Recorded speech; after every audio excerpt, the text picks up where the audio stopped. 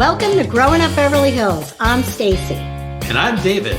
We grew up together in Beverly Hills in the 1980s. Forget what you see in the movies or TV shows. We have the real stories about real people growing up in Beverly Hills. Here's a little known fact for you. There aren't any talking chihuahuas. Beverly Hills folk drop a lot of names of people and places. We just can't help it. Don't worry, we'll explain it all at the end of the interview in the Beverly Hills Breakdown. Enjoy, subscribe, and follow us on Facebook and Instagram. It's time to play Password. Stacy, you'll be giving the clues to David. Now, I'll show you the secret word. Ding. Okay, I got it. First clue. Great live music. Amazing food. Best cocktails. Well, that could only be one thing. Vibrato Grill Jazz?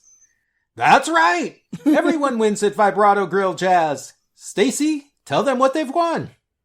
Vibrato is located in the Glen Center at the top of Beverly Glen. There's live music every Friday and Saturday nights and at Sunday brunch. Make your reservations at Resy.com or at VibratoGrillJazz.com. Tell them Growing Up Beverly Hills sent you, and say hi to our friend and guest, Eden Albert, when you're there. See you soon. This episode, we have Katie Wagner on the show. Her mother, Marion Marshall, and her father, Robert Wagner, met when they were both actors under contract with 20th Century Fox. It doesn't get any more old-school Hollywood than her family. Katie was a TV host for many years of her life and interviewed every celebrity. She worked at MTV, VH1, the TV Guide channel, and was seen all over the world on Hollywood Report. Katie now lives in Ojai with her husband and son, and now works doing ADR and looping. Her family tree is a bit complicated. I think we get through most of it in the show, and Katie explains it, but... Before she was born, her mom, Marion, was married to Stanley Donen, and they had two children, Peter and Josh. And then her father had already been married to Natalie Wood once, but after Katie's mother, he remarried Natalie Wood. Yeah. In between her marriages to Robert Wagner, Natalie Wood had married Richard Gregson, a film producer, and they had a child, which is Katie's sister, Natasha Gregson Wagner. Right. Then Robert Wagner and Natalie Wood had a child together, and that's Courtney Wagner. We had so much fun talking with Katie. She has so many interesting stories. She almost lived 3 lives. She grew up in Beverly Hills. Then she was like a Hollywood reporter, interviewer, and now she's living this awesome life in Ojai. So let's hear about Katie and her story growing up Beverly Hills. Let's do it. Yay! Welcome to Growing Up Beverly Hills, Katie Wagner. Growing up in Beverly Hills, swimming pools and movie stars, right? That's the way it is. So good to see you, Katie. Thank you, you guys too. A lot of people are very familiar with your father, Robert Wagner, and probably know less about your mother, who was an actress in her own right, Marion Marshall. Mm-hmm. And she was part of the early studio system and was in tons of movies. Yes. So a lot of people, you're very correct, David. A lot of people are familiar with my dad. So for people who don't know, it's Robert Wagner, Jonathan Hart, number 2, whatever you want to call him. Heart to heart. He answers to daddy for me, but heart to heart. Yeah. I mean, a lot of things. And he's doing terrific. He's 91 now, living in, wow. He has an apartment in LA, a condo, but he lives in Colorado. Mm-hmm. In the time that I knew my mom, she was always Marion Wagner. And then after my parents were divorced, she was still Marion Wagner. And she used to always say, yeah, Marion Marshall. Oh, she died a long time ago. She's dead. But she was in quite a few movies. They met under contract at 20th Century Fox together. They were the same age. My mom was about 6 months older. And they were, as they would call, chums, hanging around the scene of whatever the scene was at the time in LA. And they met each other then, but later got together on a more intimate level, shall we say. Nice. Were they both living in Los Angeles when they met, I suppose? Yes. So my mother was born in California, I believe in Baker, California, which is somewhere between here and Vegas, I guess. I've stopped in Baker.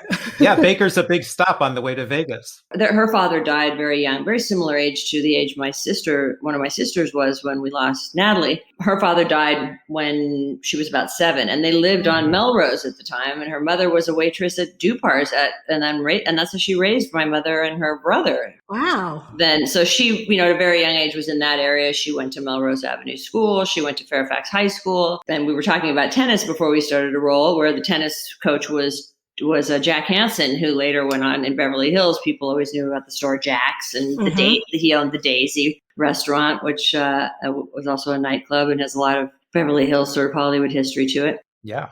And my dad was born in Michigan, but he, at a very young age as well, his parents moved west. He was sent on a train to California when he was about 6 or 7, with a name tag saying, please deliver to Black Fox Military Academy. Both my mom and dad each had a brother and a sister in their case. And his parents moved west eventually. My grandfather was kind of very much of a self-made man, businessman, steel business, all kinds of businesses. And, obviously it's where my dad started to become interested in the movies, was being a kid of being in LA and a kid of the movies and being gorgeous and wanting to be discovered. But they both were in and around that whole area at quite a young age. My dad was raised in Westwood and Bel Air. Oh. His father built one of the first homes in Bel Air and kind of owned the whole side of the mountain that you see on the 405. That's much more developed now, but it wasn't developed back then, really. But so I would say we're true Californians for sure. How did they both get started in acting? My dad got started in 1949. He was born in 1930. He wanted to be an actor. They both obviously, in that whole era, they were fans of the movies. So in my mom's case, after school, or weekends, they would go to the movie theater on Beverly Boulevard in Fairfax, she and her brother, while their mother was working. And my dad loved the movies as well. Hers was much more sort of a blue-collar kind of thing. And my father's experience, his parents were by that time what would be considered well-to-do in their world. Well, they probably didn't want him to be an actor then. No. His father did not want him to be an actor, and finally acquiesced to the point of saying, I'll give you 1 year. And he got some jobs in that 1 year. He wanted him to follow his footsteps into the steel business, which he was in at that time. He had many other businesses. He started by selling paint to the automobile industry and then ended up owning the Detroit Lions and different things over the time. Wow. Wow. A child of German immigrants and a tough man. I never knew him. He passed away a month before I was born. Oh. And then his mother, who lived for quite a long time, she died in the early 90s and lived to be quite old. She lived at the Bel Air Hotel for all of my life in the Swan Lake Suite above where the weddings are. Oh. And then my dad sort of had the foresight to see that maybe she would need to have a caretaker at some point and have another bedroom. So he built onto his Cliff May house that he doesn't own anymore, but that was the place we moved to after Natalie passed, and we went to Brentwood from Beverly Hills. Right. And so she lived there till the end of her life. We all lived in that guest house. I mean, not only us, but it was a 2-bedroom guest house that everyone from my friend Julian Lennon, when he'd come off tour, he'd stay in there. Friends of theirs, all 3 of us girls, moved out, then moved back in. So that was the way at both of their houses, the one with Natalie in Beverly Hills, and there was always an open door for people. Oh, that's great. How'd you guys first get to Beverly Hills? My mom, in her marriage before my father, was to a director named Stanley Donen, who was very famous at the time and very famous, or remains famous. He's no longer with us, which is okay. I had 2 older brothers when I came into the world, 8 and 10 years older than me. And my dad actually raised them for a big portion of their life. My mom had lived in that marriage on Palm Drive with the boys when they were young, and then moved when they separated and stuff. She moved to Rome, where they lived. And that's where my dad and mom actually reconnected and got together, because his first marriage to Natalie had broken up, and he went over to Europe. At that time, a lot of the actors were working over there, and his career had highs before television, in movies. And then it was a low point for him in a lot of ways. So he went over there, and he was in London sort of hanging out with Joan Collins, who was his friend, and they'd done movies together. And I imagine they were, doing what people do when they hang out and neither person's married. And they went to the theater in London one night, or she did or something, and she met Anthony Newley, who she came back and she said to my dad, I met the man I'm going to marry. But do you remember Marion? Our friend Marion she's over in Rome. So over he went to Rome, and that's where they connected on a level. And she was very instrumental in his life in helping him when he did the Pink Panther in the early 60s. She was the one who introduced him to Blake Edwards. She had worked with him before. She, by that time, had really kind of quit the acting business. She did in Takes a Thief when he was working, and I think maybe a couple of like a Peter Gunn and not Ironside, but the other one Raymond Burr was in. I can't think of the name right now, but she had hung it up. Okay. And she was very beautiful, my mom. Mm-hmm. All of my dad's wives are very beautiful, very strong in their different ways. But she was quite beautiful. So she'd been trying to model, and she had some good moments in movies. Right. The thing is, I haven't really seen all my parents' movies from beginning to end, truthfully. I've spent with my dad so much time on the sets with him because growing up, my parents being divorced when I was young, I was always, whether it was leaving Beverly, when I was at the high school, yep. He was shooting at Fox, Heart to Heart, so I'd go over there as fast as I could after school. Right. Before I was 16, drive his car around the lot, pretend like I was driving real streets. But I was always with him. I lived with her at that time. I moved back to him at 15, but and that was because in Beverly Hills, if you move and one parent moves out of the district, you don't want to get busted for that. Right. So I moved with him back to him when I was 15, and I never left after that. Oh, as you know, when we were growing up in Beverly Hills, there were the railroad tracks that run through. Exactly. Right? And the 4 elementary schools, right? So we lived when we actually came after my parents got divorced, we came back and we had a huge house on Alpine, 603 Alpine. Okay. For 2 years, and I went to Hawthorne for 3rd and 4th grade. And I remember my mom's rent on that house. I don't know how I remember this, but was like $900 a month. Could you imagine? And it was enormous. I mean, it was enormous, this house. Like, it was crazy. So, and then we moved to the place I spent probably the most impressional part of, 5th grade through like 10th grade or something, in an apartment on Robin. So I lived both above the tracks and below the tracks. Oh, gotcha. What was strange, money wasn't like it is today, the kind of money that's around there, but, people had a lot of money, but some didn't. And I always remember knowing that, my dad was a movie star, an actor. Right. And people would, he'd show up at, which grammar schools did you guys go to? I went to Beverly Vista. Right. And you went?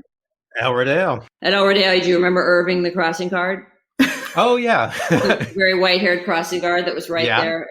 My dad knew Irving intimately. He would just turn up after work if he got off that day early or something with a smile on his face, surprised me at the flagpole. My mom, who I lived with, didn't show up at anything, was never at a gymnastics meet, was doing her own thing. But right. I was living with her, but she was working and just kind of not as involved. I don't think is probably the right word. Like, she didn't know any of my friends. Yeah.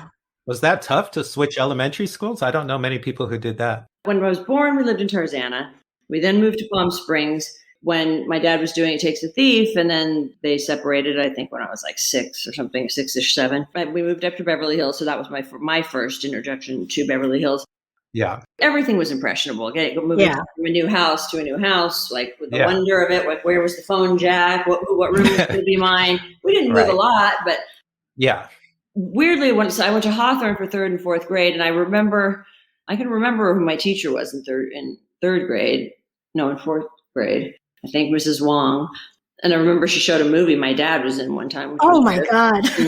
But I remember just that one's a little fuzzy to me, Hawthorne. Like, I can just remember a couple of days of it in a way. Yeah. It was El Rodeo, really, where I spent some years that were really important. In those days, you walk to school. I mean, we all walked to school. We walked, we rode our bike, we ran the streets, we roller skated, we were all over town. And needless to say, at El Rodeo, I don't know where you live, David. We probably walked on the same route. I lived on Spalding, so. Oh, okay. I think that crossing guard was by Wilson's House of Suede and Leather. Well, Irving was actually right outside the school, but there was leather. And I mean, that corner where I was just there about a week ago, and that corner, which had a bank on it back then, across from Wilson's House of Suede, where there would be pumpkins and stuff. And then it grew into CAA later. And now it's like some weird building that I don't see why they needed to build. It looks like it's crazy. Plastic bubbles on it. I mean, there's so many places that I remember back then that were in the triangle on Lasky, where Lasky would meet Durant. Oh, And yeah. so there was the coffee shop in there. And then, of course, there was Shapiro's coffee shop at the Hilton that you'd walk home through there. I remember sometimes buying a new toe ring and sometimes maybe just putting it in my pocket. I don't know. And I hosted this thing with my dad, which was the 100-year anniversary of the Beverly Hills Hotel, and this guy did a great book. And I did a thing years ago about the 100th Jubilee of Beverly Hills. But before the hosting stuff, I have so many memories, visuals, and I heard you talking about them with Eden when you were on with her. Yeah. Just, I wish that I would have documented back then the streets of just, Toy Mart and Harry Harris. I mean, Harry Harris was there till not long ago, but yeah. My stepmother, Jill, brought up, she said, I used to go to a place, Pixie. I said, Pixie Town, Pixie yeah. Town. And then, of course, when Haagen-Dazs came, but before that, Swenson's was the place to hang. I mean, there were always hangs. It was such a great little village. Nobody thinks to photograph any of these things, but that's the things you want to remember later in life. It's a lesson to have your kids photograph their town. I know. And even, when I go to Beverly Hills now, which I maybe still have a doctor there or two or something. Sure. I definitely would pop through there over the years more than I have in the last, since I'm in Ojai or since COVID or since I don't really get over that part of the hill, because I did live in the valley for the period before I moved here. But I always still have this sense, even though it isn't my home anymore, but I still feel like there's some connection when I'm there. Like I feel at home, even though I'm looking around. I don't really know any of the people, and it's not really part of the world that's there. It's a part of you. It definitely is. Living in the flats on Cannon, and just so many great. So much. The thing that I was thinking about Beverly Hills was when I was growing up there. It was not so much later, like in the 80s, when I was in my early 20s and traveling a lot and jet setting around the world and partying my pants off. I didn't know. I mean, I knew that that a lot of my friends came from like big houses and had, probably had a lot of money. I mean, one of my best friends' parents owned Chemin de Fer jeans. The other one owned Peaches Records, and they had their lunch made for them every day. And I wanted their Hebrew national salami, but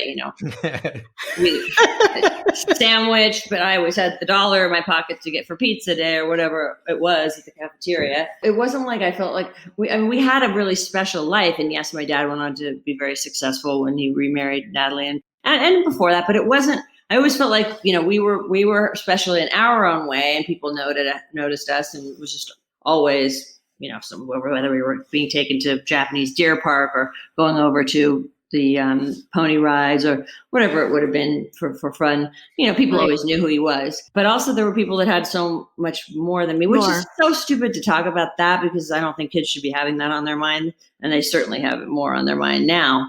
Than they did when we were growing up, the difference. But there was definitely the difference, in the ones that were living in apartments with the single moms and the ones that were living in up above. I'm happy for that. I mean, it gave us a range of experience that, it would be horrible if all we had was the rich, right? Yeah. Well, it brought a little diversity to our town. It brought a single mom in an apartment. So it was kind of nice that we had a little of everything. It wasn't till much later that if somebody said, where did you go to school or where are you from? And I'd say Beverly Hills. And even now, when I say that, I realize it carries this cachet. But even when we were growing up there, because it did feel like this quaint town, like from the camera shop to it was an easy place to be.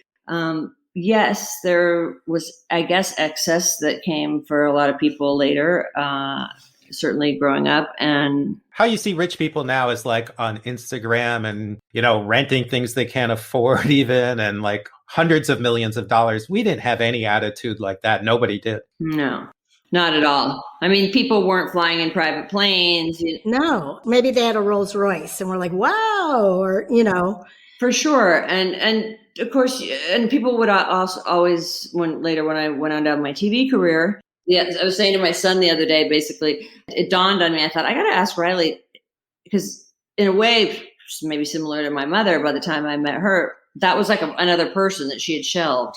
Right. Yeah. I haven't totally shelved that person, but I pretty much have. Right. And so I said to my son the other day, I said, when people ask you what your mom does, like, what do you say? Because he did, he's seen me on the internet and stuff like that, the past, but I don't think he really knows I had this whole other life for 25, 30 years that was so different than what I have now in terms of since he's been around. Because I mean, I do something else professionally. And so, but I was on a plane not that long ago, coming back from it was about 5 years ago, coming back from where my mom was living in Montana. And there was a young girl in what dolphin shorts had come around again. Just want to let you know that. And she was, freckle faced and probably braces on, but tall. And she was with her family, and they were going to Hawaii or something on a vacation from Oklahoma City. So we got talking, like I said, maybe 12 or 13, very innocent she seemed. And then she said, one thing led to another. Where are you going? I live in LA. Oh, where are you from? I said, well, I grew up in Beverly. However it came up. She's like, oh my God, do you see Kim Kardashian all the time walking down the street? I'm like, no, that really wasn't what was going on when I was growing up in Beverly Hills. It wasn't, with all due respect, first of all, I think she lives in they live in Calabasas or something. I don't know. But it wasn't. But at the same time, it wasn't until I sat down interviewing Lenny Kravitz at some point during the early-ish, a little later of his career, that he looked at me and said, do you remember us in, I think it was Mr. Newman. He was a really cool teacher who taught life science at Beverly. Yeah. He said, do you remember us in 10th grade life science together? And then it suddenly clicked, and I looked back at the Romeo Blue thing and stuff, but I didn't remember George Clooney. He was like, don't you remember? I mean, even though I'm older than you, that we used to go pick up your sister after school, and just various people that, because people will always ask me, Joe, you must have grown up around a lot of celebrities' kids. And in some ways, we did. But as far as like at Beverly, I mean, there was Patrick Cassidy who went on, and Nick Cage, who was in my grade. Never remember him at all. I mean, I remember him later, and we knew each other, but not at all, because I wasn't part of the drama department. So people probably asked a lot of your classmates that same question when they were kids, and they said, oh yeah, I go to school with Robert Wagner's kid. Yeah. People will still say about my dad, so I have my two younger sisters, Natasha and Courtney. Courtney's 10 years younger than I am, and Natasha's 6 years younger. And they were either going to private school when we still lived in Beverly Hills on Cannon. And then when we moved west, they went to, Curtis or Crossroads. And so people will come up to my dad or even to me and be like, I was at school with you, or I went to school. And I'm like, they'll say their name. And I'm like, no, it's not. I don't know how they could confuse me with Natasha. We're not quite look alike. They just know that it was Robert Wagner's kid somehow, but sometimes they don't get the right one. And my dad with great conviction will be like, I saw so-and-so said they went to school with you and they know you. And I'm like, nope. Your dad remarries Natalie Wood and you're about 8 years old? Yes, they got married. They got back together in sort of in December of 1971. So I met her on my dad's birthday, February 10th, 1972, and they were remarried by July 16th, 1972. Wow. So you get a new stepmom. Does that rock your world, help your world?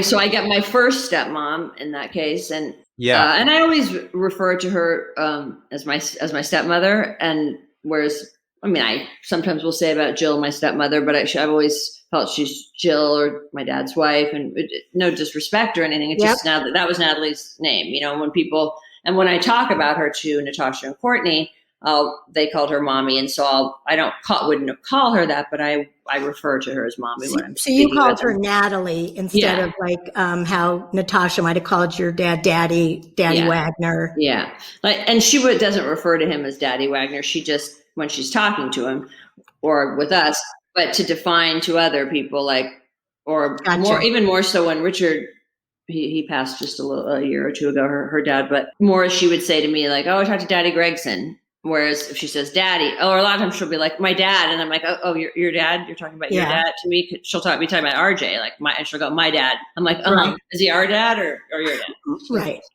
But we all come from, the different heart shapes. But I've never felt since I got sisters. So Natalie Wood came with a daughter, and that's Natasha. Yes. So Natasha was under 2 when I met her. Natalie was living on Bentley and Westwood at the time, Bel Air Westwood. And so she was about a year, about 18 months old. And then Courtney came along in 1974. And before that, I had my two brothers, Josh and Peter Donen, who were, like I said, 8 and 10 years roughly. Sometimes it's 7 and 9. My eldest brother, Peter, we lost when after he turned 50, which is now like 15 or 16 so sorry. years.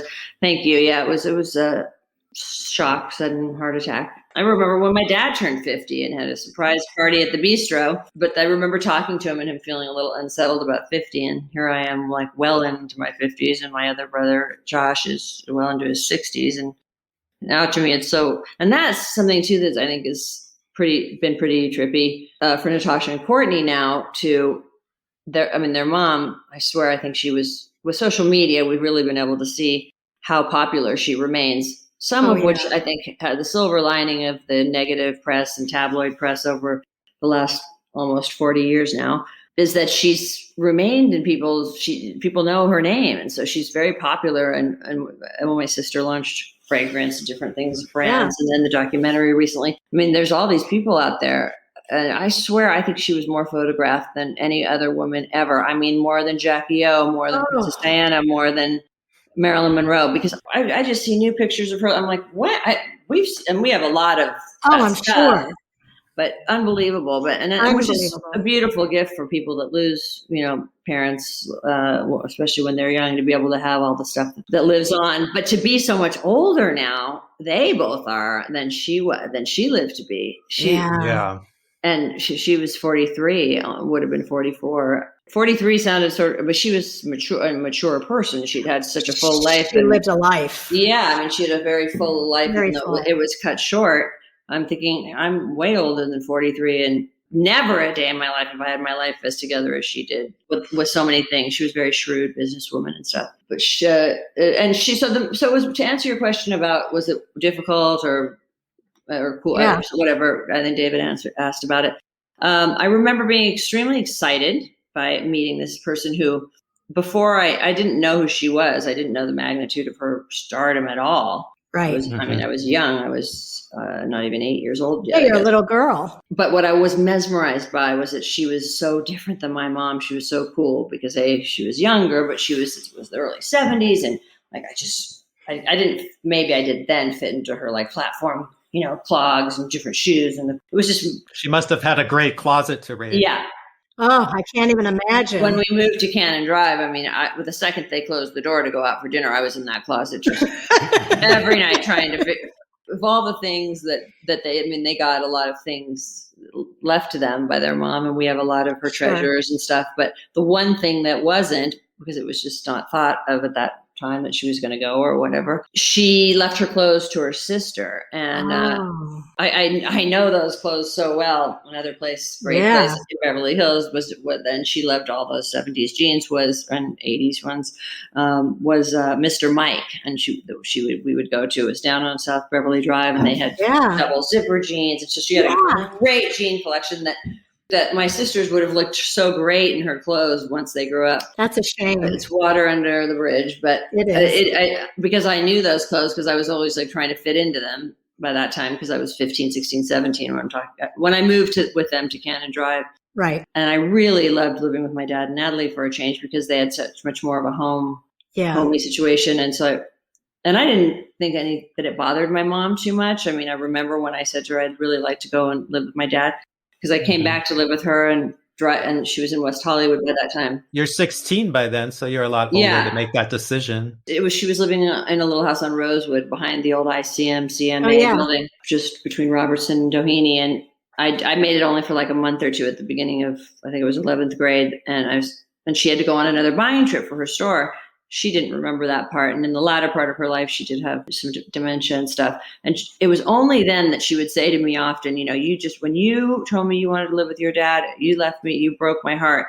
She never told me that back then. And I don't remember it being a big drama. And it was really cool when I did move back there permanently, and discussed it with them, because my brother Josh, who I always had been adored, was also living there in their guest house. So we both moved in there in fall of 1980. How did you guys all mix? Because it's all these different ages and this and step this. Yeah. Do we attribute this to your father? Because he seemed to be like, who was the glue that brought all these families together? Well, definitely my dad, for sure. And I have to say, when I got the opportunity to look back on Natalie's life to tell a story on Lifetime, in the 90s, I really got to revisit her for the first time in a different way. And appreciate even more the family environment in which she provided for all of us. So it was, and with my brothers, both situations were so different, but my brother, there was a huge custody battle going on with my brothers. So my mom and dad had to move back from Rome, set up house in the Valley. And that was when, I probably wouldn't have come into the world if that didn't happen, but who knows if my mom and dad were even ever meant to really be married. I mean, they were definitely in love at a time in Rome, but I don't think it was, it wasn't a nightmare, but it just wasn't. It wasn't happily ever after. Yeah. I mean, my mom used to say, well, if this wasn't like this, we would still be married. No, you wouldn't. Right. They always remained friends, but Natalie was his great love, and Jill is too. For sure. But so Natalie really brought us together, because by that time, when she came into my life, she was so focused on a family, even though she was still continuing a career, a different one, and a different paths throughout it, and very focused on the two girls. And of course, they were so happy too. She had her own. Natasha was her little dream child. Yeah. My dad had me, and then they had a kid together. And then they had Courtney together. So we all three have our own versions of how special that duo made us feel, and the family environment together. Sure. Well, I was a little aware of people going, oh, there's but I didn't know the magnitude of. My dad was always a star from the time I was born, and was always, and a good looking guy and charming.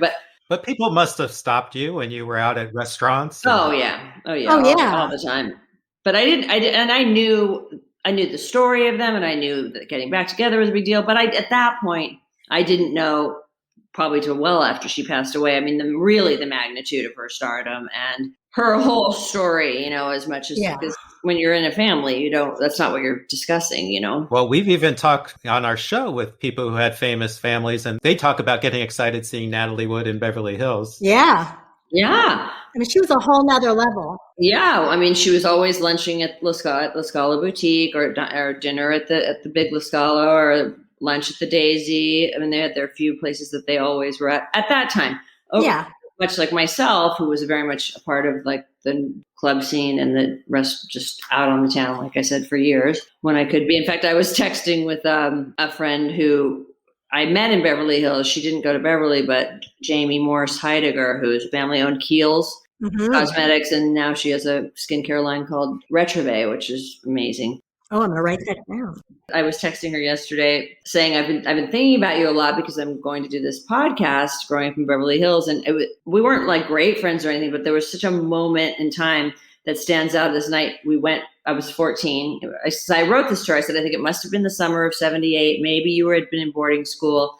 We all wore, she and this other girl and I all wore these plastic pants and a leotard under. It was the disco era. And went to the Daisy nightclub, and it must have been with her dad, maybe, who was a member, because I'd always see her, she and her dad. And it was just I remember the Stones song, Some Girls Miss You Rather was very popular off the Some Girls album at the time because it was disco. And so many things about that one particular night and time with these three girls was one of those times that really stood out. They weren't my best friends or anything like that, but it was my first time in a nightclub. And I think from then on, that was at 14, till my early 2000s, I spent a lot of time the world over in the nightclub scene. And so it really stood out for me. And she couldn't believe that I'd gotten this list of things right about the year and the summer. And she's like, oh my God, she's like, you've got to tell me when the podcast's on, because I can't believe you remembered all those things. It was just, I just have been thinking about so many friends. What was the transition to high school like for you? So the transition to high school for me was fine. The transition that was a little bit weird for me was, so I started Hawthorne, and then we moved over to El Rodeo. Yeah. I'll admit this. I repeated fifth grade. One reason was I was actually a year younger than everybody else in my grade. Mm-hmm. The uncool part was that feeling stupid and that I didn't do all of my grades. The cool part about that was that I had this whole group of friends from that when I got there in fifth grade that are still my friends or were in touch, that were special. And then from that year, and when I look at pictures like of my 10th or 11th birthday party or something, and I see them, same with when I was at Buckley. They're all like a whole foot taller than me because they were all a year older than me. So because I started school early, so I can't say that was the only excuse for why I stayed back. Let's just leave it at that. But don't worry, I stayed back at grade 2. That wasn't very uncommon. It was kind of cool for me to have that group like David Moraine, Kathy Reeves, and Lori Bloor, and this whole group of people that I was friends with that were in that grade. Amy Engel, who went on, I've mentioned her already. And then the next year, when I carried on in the grade with that group, it was a whole different group that became also my friends. So you get to the high school, you have a lot of friends. I was already like all over that high school before because I was living on Robbins Drive at that time. We'd moved from the Alpine House to this apartment on Robbins, which was $600 a month rent or something. And on Robbins Drive, which is just one block right near, off Moreno or across the street from the high school. Yeah, you were a block away from me. Like 5 of my friends lived on that particular block. Right. Ironically, my dad lived on Durant when he was very first got together with Natalie the first time around in an apartment. And one of my best friends lived on there. So, there was a lot of full circle areas. I had crushes on the boys that were 2 or 3 years older than me. And I would, because I lived near the high school, I could go over there after school and watch football practice or volleyball practice and stuff. So I already had kind of a big connection to the high school by the time I transitioned there. It was exciting to transition to high school. And I was on the gymnastics team all 4 years. I was going to ask you, did you play sports? And I did, because I'd started at the Y with a group of my friends from El Rodeo. I was looking back recently because of another reason. I forgot that I was on the team all 4 years when I was there. Wow. You must have been good.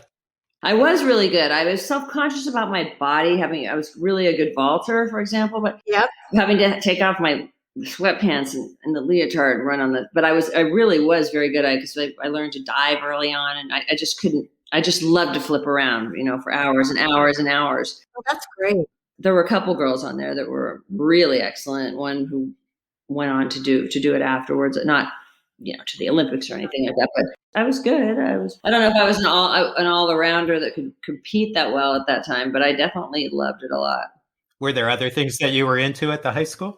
I was into that. I was into the boys of all different grades, just like crushes on them and the social life. I did learn how to Natalie had this notepad that said Natalie Wood Wagner on it, and I could do her signature really well. So that was excellent for having to write notes to the office. If I wanted to get out, do a little attendance office. Yes. The old attendance office.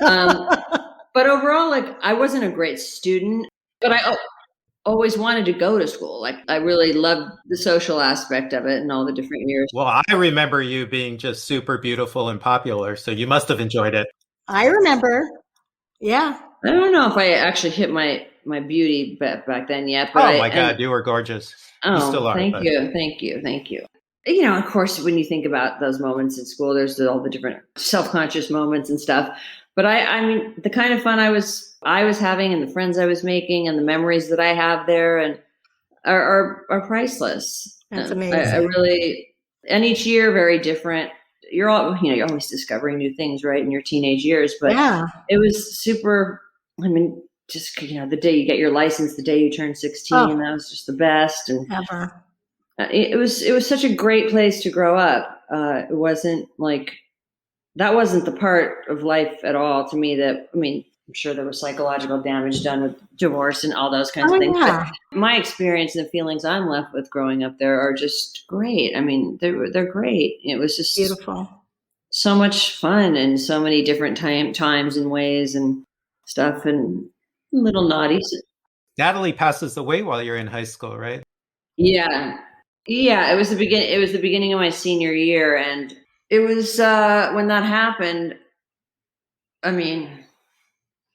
It just even now when we look back on it or you see in the documentary, it's just unimaginable. Mm-hmm. For us and for the people, anybody who knows any of us well, it's nothing like what the tabloids have taken on for however long. Of course. We didn't have the tools that we needed to have probably back then that we look back on and stuff. My dad was still working a lot, and so the girls, were at home having to go to school. I was out of high school and on my way to having So right before you started to kind of hit in the town, the girls probably needed you a lot. Was that a large responsibility for you to kind of come home and make sure the girls were doing okay? Was that a responsibility that you took on or not? Well, obviously there were, my dad had an assistant who was very much like family. We had a live-in person Help. that was the nanny. So it didn't fall on you.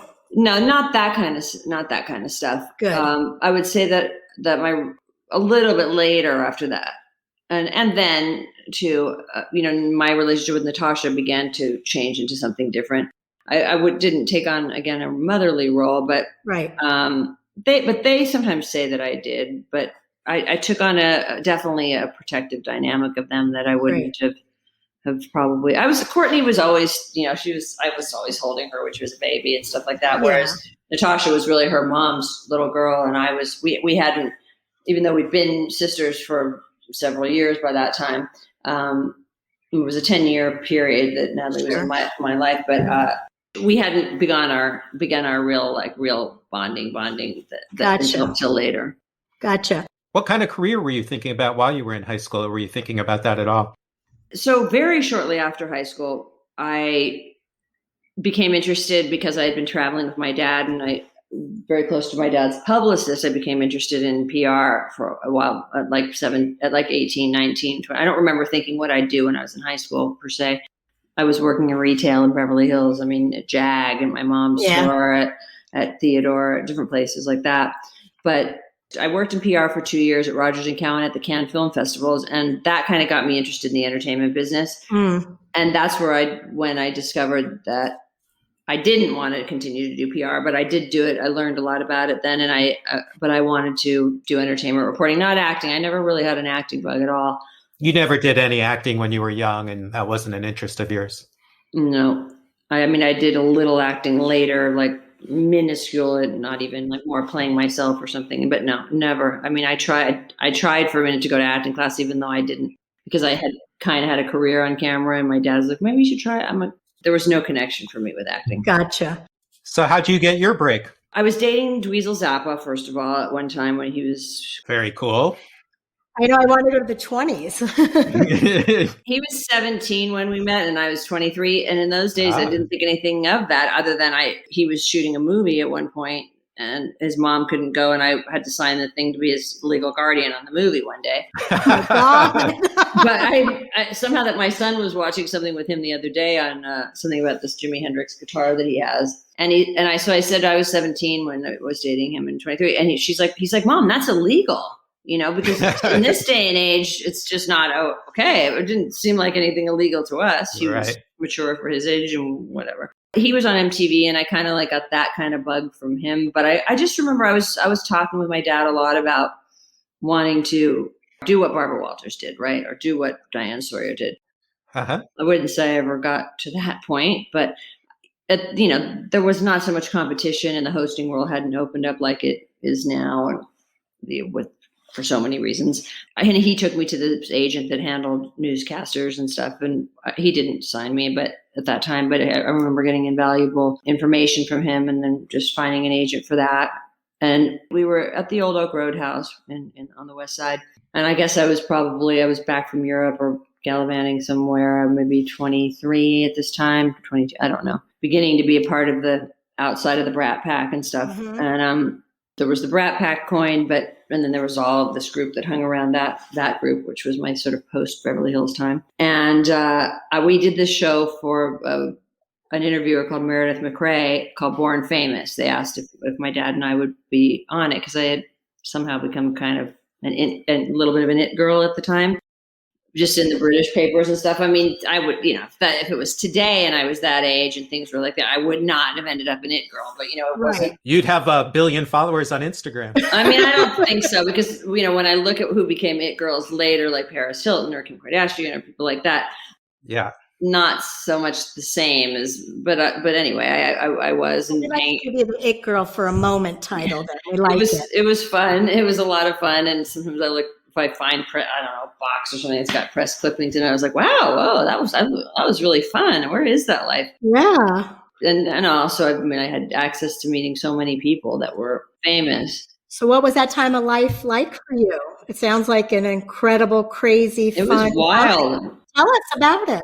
So, growing up with, very famous movie stars in our home, like I'd come back home from school and David Niven swimming in the pool, or, Laurence Olivier staying in the guest house, and other people younger than that. But I mean, really big legends. Gregory Peck and his wife were there all the time for parties. I mean, big time people.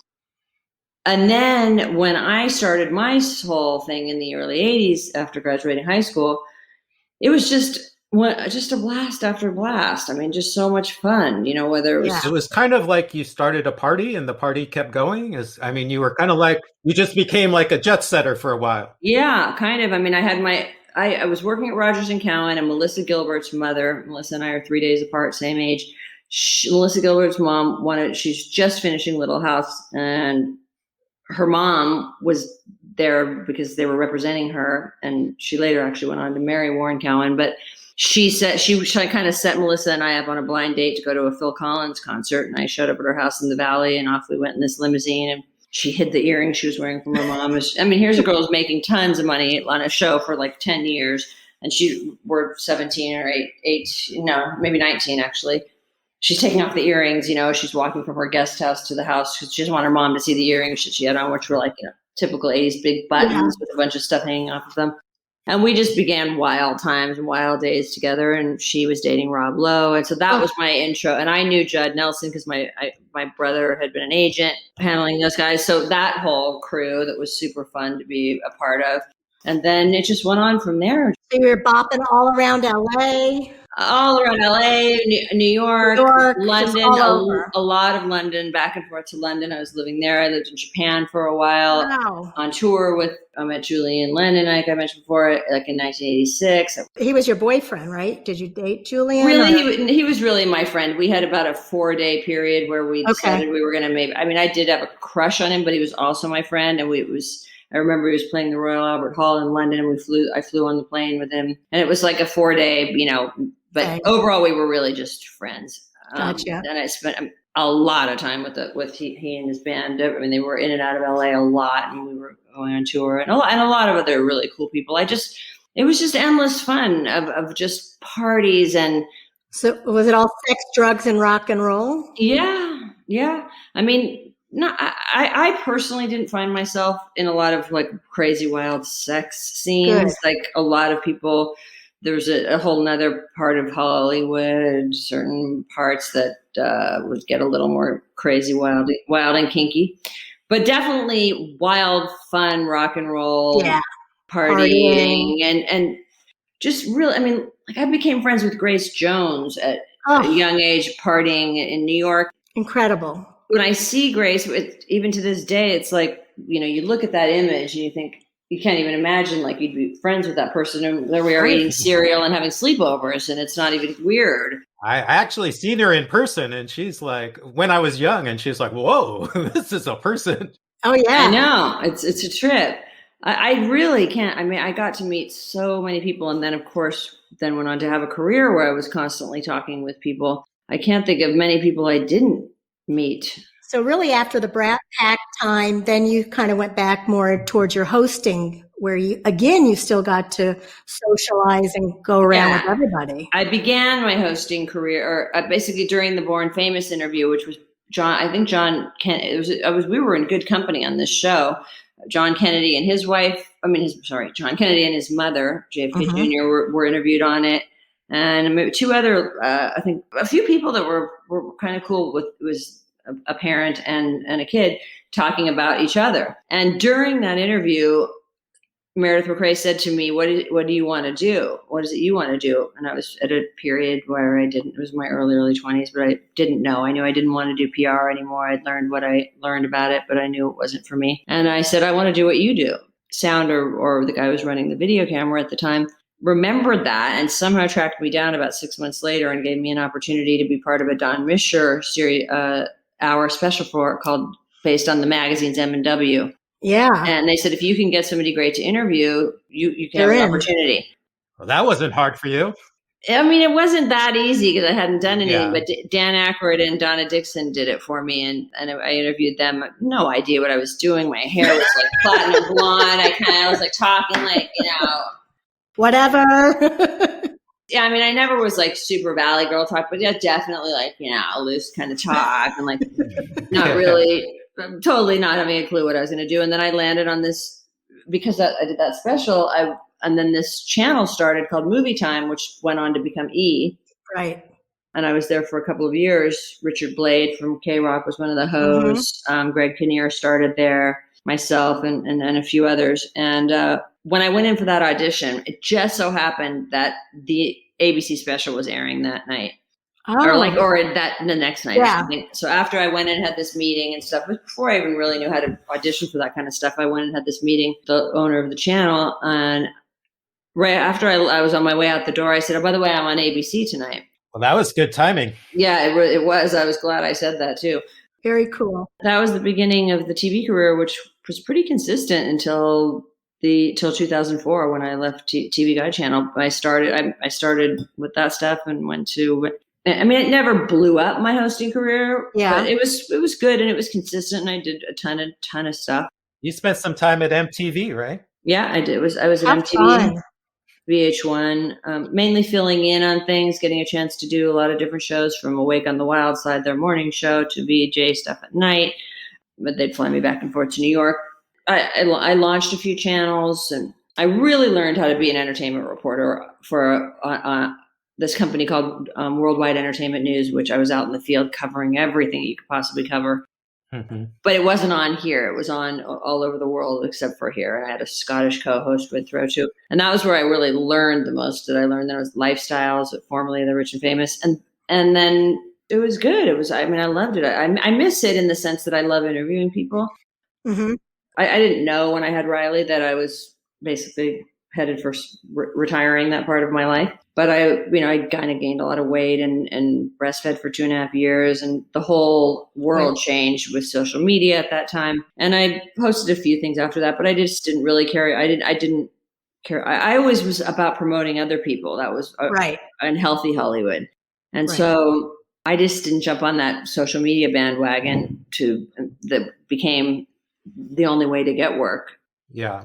And so then in 2008, I fortunately got into an area of the movie and television industry called in loop groups and ADR, where you just do background sound for TV and movies. And I really love that. It's challenging for me because that's the most acting, but you're not on camera. And it's hard work to get. And I've been lucky and gotten some good runs on that kind of stuff. And how did you meet your husband? I met my husband originally when he first came over from Scotland in 1991, and I was living over near La Brea and Beverly Boulevard on Sycamore at the time. And there was a place called the Living Room where everybody hung out, this coffee house. I remember that place. He was hanging out there and sit outside in his Land Cruiser, and he looked like a combination of not as hardcore as Billy Idol, but hair like Billy Idol, lips like that.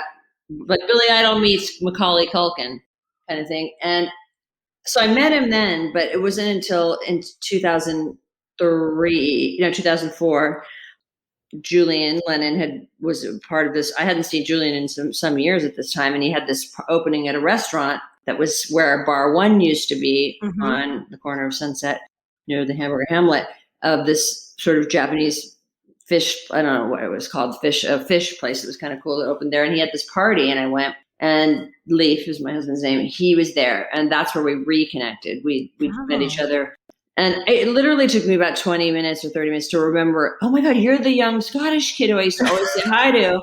That was sitting in his Land Cruiser and fly through the air in your motorcycle through the living room, right? Because he was a wheelie artist at that time who had come off of French circus and stuff. So we reconnected then, and then Riley came in 2006, and then we got married after that. My dad got an offer. He decided to sell the house in Brentwood, which was a great place to get married. He got married. My dad got married there. My brother got married there. My sister got married there. Nice. And so I was like, oh, we got the venue, and your mom's here from Scotland for the summer. So so we got married there in 2007, and that's great. Is your son interested in show business? He's been part of a band actually that's had some pretty cool things happen called Frida's Roses. He just got lucky that he has incredible hand-eye coordination and just a gift for the way he plays drums. which we only discovered by being in this homeschool group of kids that were so incredible in the summer. And so anyway, that's been a fun journey, and we'll see where that goes. But Very cool. I love it. Looking back on all the jobs and people that you interviewed, and you must be kind of used to celebrities with your upbringing. Were there still people that kind of blew you away and you were really excited to see and meet? God, I met celebrities in so many different contexts, whether it was on a red carpet, in our home, Right. one-on-one interviews. So many people. I mean, I wouldn't say I got nervous and excited. It was almost like it took me a while to get used to not being around celebrities all the time. Right.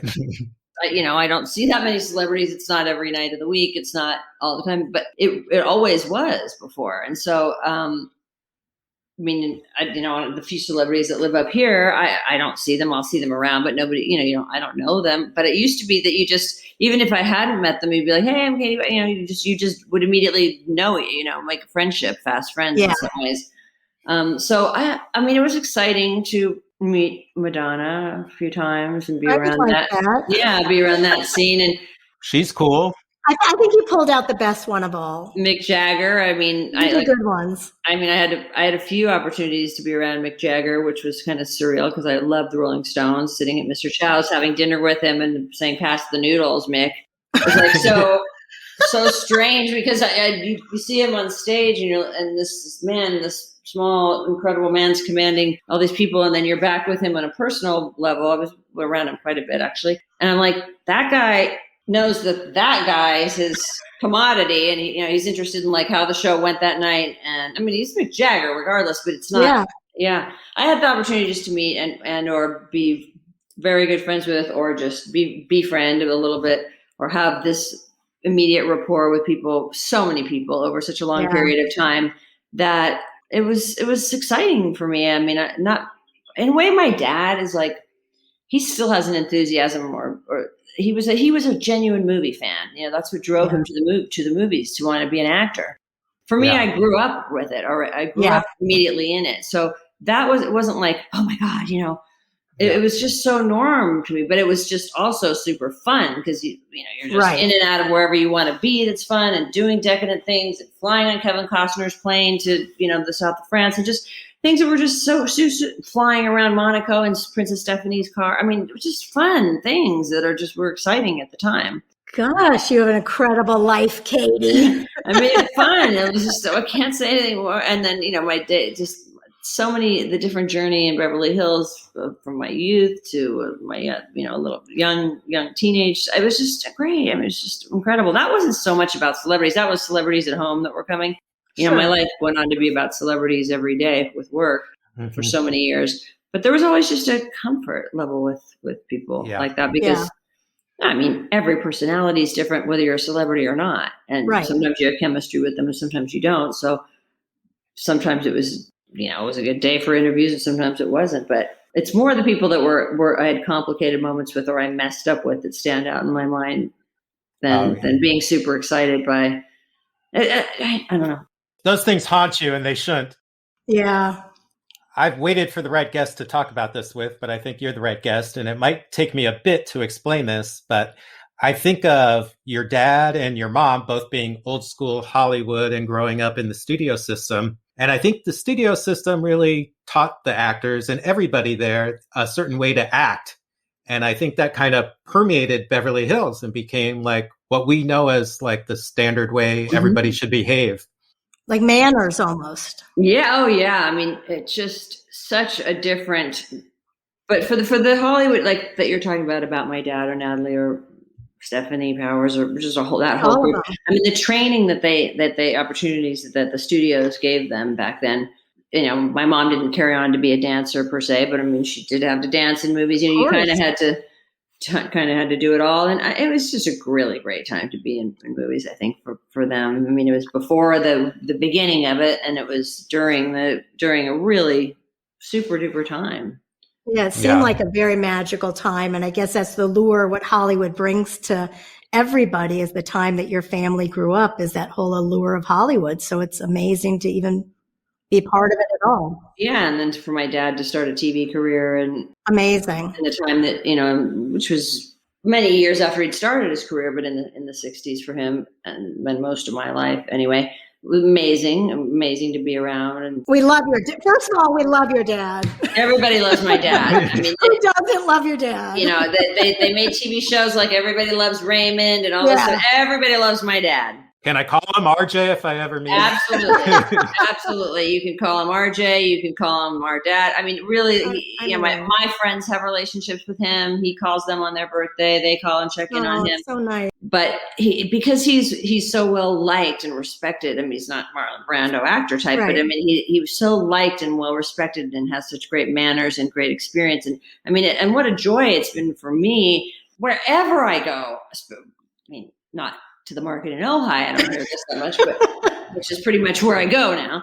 But anywhere in that 30 years that I was out and about in LA or working, I mean, pretty much somebody had met my dad along the way. Right. And always to be able to hear, you know, oh, I worked with your dad here, or, you know, my husband worked with him on, I was the gaffer on this. Or it doesn't matter what area. It's just always positive. It's always been a good experience.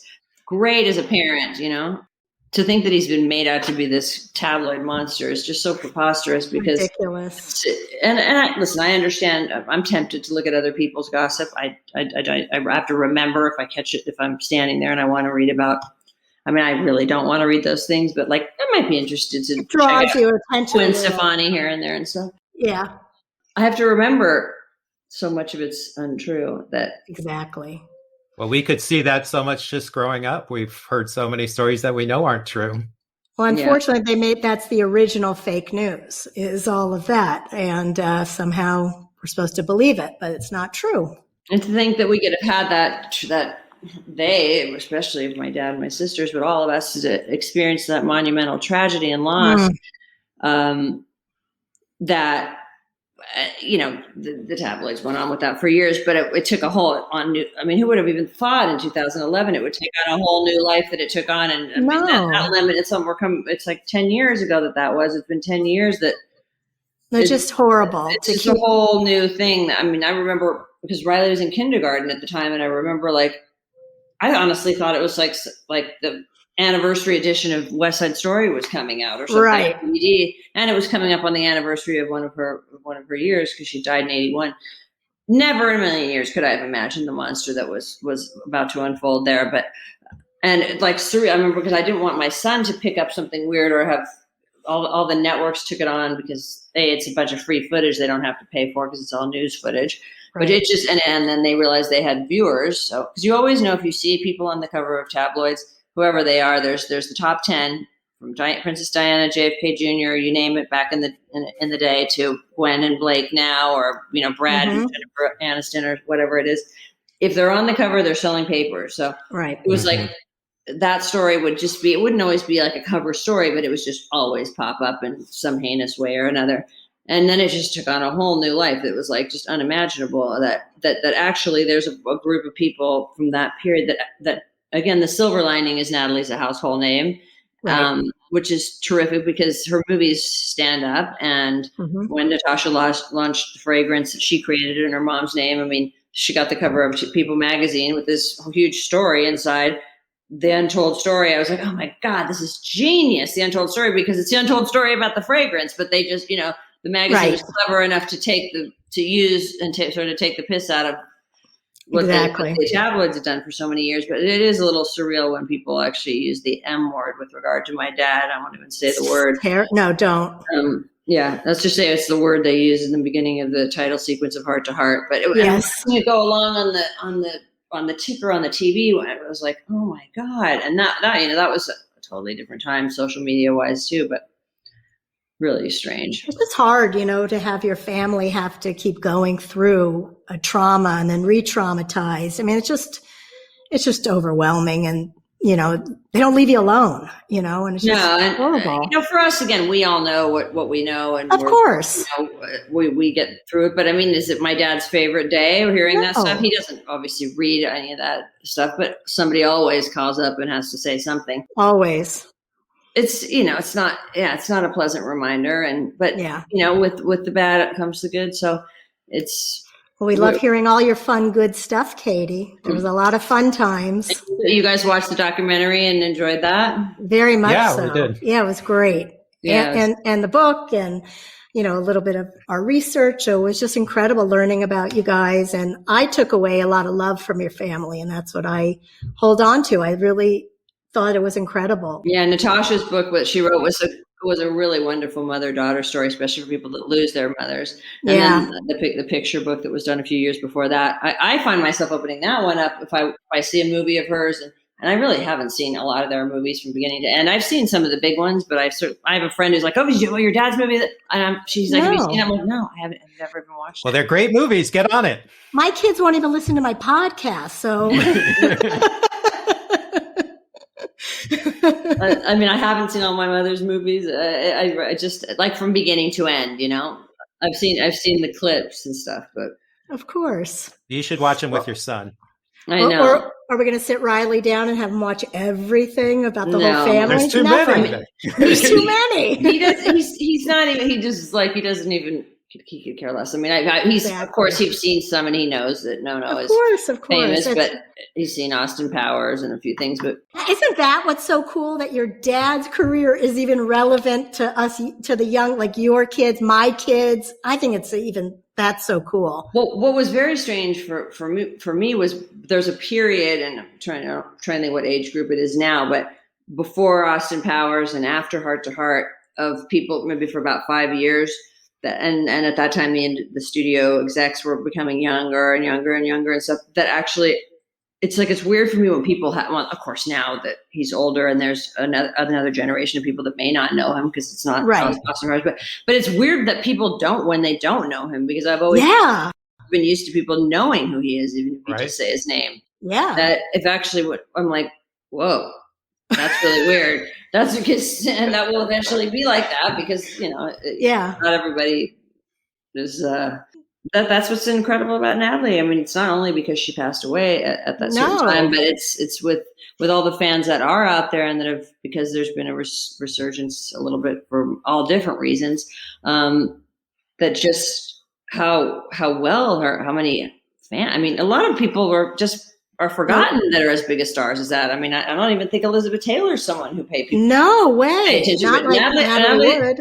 I mean, I remember saying on this thing on TCM earlier in the year, I was like, wow, it's been a really weird year for a lot of people, but a great year for Natalie. I mean, you know, she's just like all over TCM. It's Natalie Wood Week, the documentary. I mean, it just really, you know, she's just she would be thrilled, very proud of herself that people are still liking all the stuff she did. Well, I think a lot has to do with how great she was a businesswoman and choosing her roles. Mm-hmm. Yeah. And the talent. Yep. Yeah. For sure. Yeah. For sure. Katie, thanks so much for coming on the show. Thank you so much for having me, and good luck with the rest of the journey on growing up in Beverly Hills.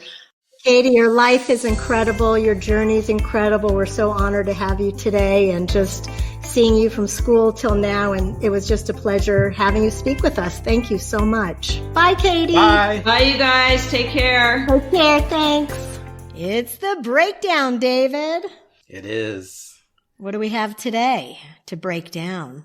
Let's start with a classic LA coffee shop, Dupar's.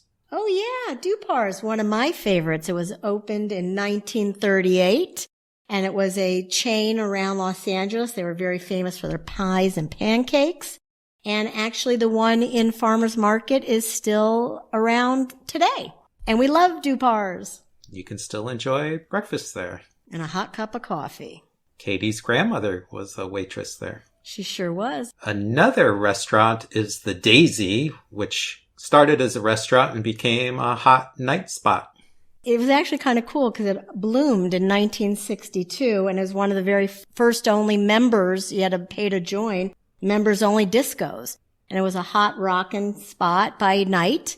And during the day, they served food and breakfast and salads and sandwiches, and a great place to eat by day. And it was owned by Jack Hansen. And he also owned this cool clothing store in Beverly Hills called Jack's. Jax clothing store.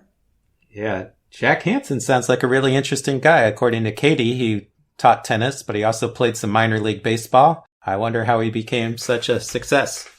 Yeah, a real entrepreneur. She also hung out with Dweezil Zappa, and I think, David, you mentioned you have something to say about Dweezil. It was during the early 90s, and I wanted an old 80s BMW. So I bought one on something like Craigslist or one of those Auto Trader newspapers. And it turned out that the owner of this car was once Dweezil Zappa. Very small world. But I ended up buying it from the second owner, which was Ellen Barkin, who bought it from Dweezil Zappa. That's a super small world. It was a real growing up Beverly Hills car from start to finish. It was. I love that car. It was purple.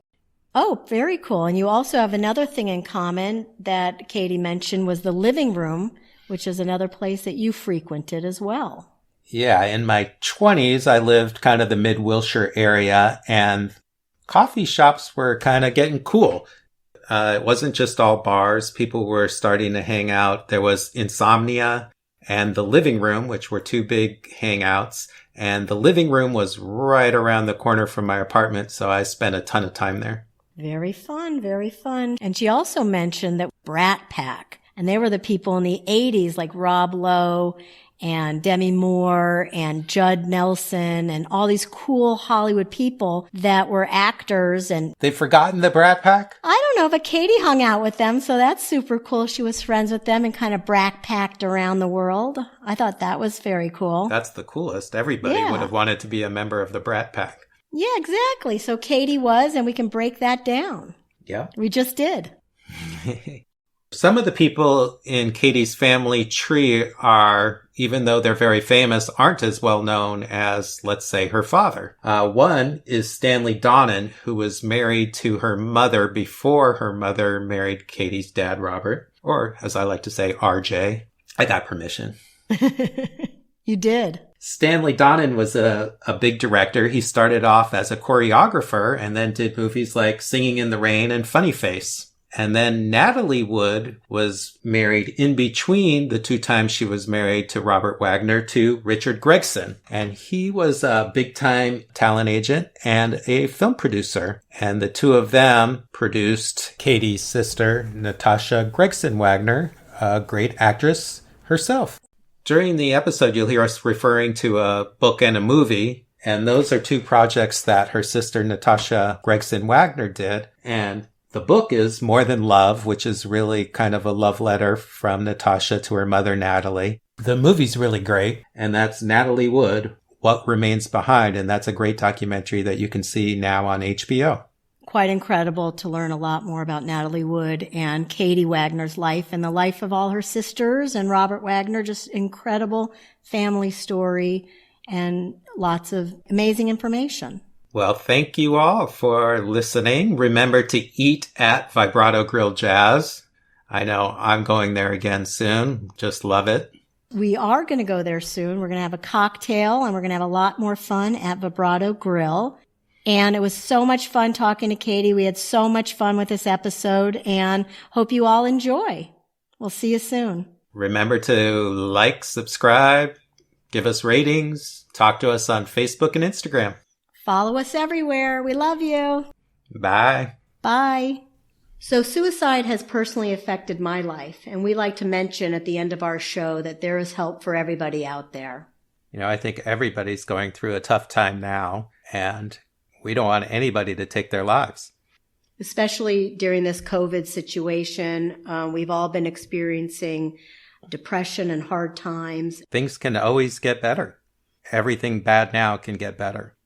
Everything can get better, and there is a lot of help out there. So please reach out to the National Suicide Prevention Hotline at 1-800-273-8255. There is always help. It doesn't hurt to call, so do that. You don't have to do this alone. There's always help.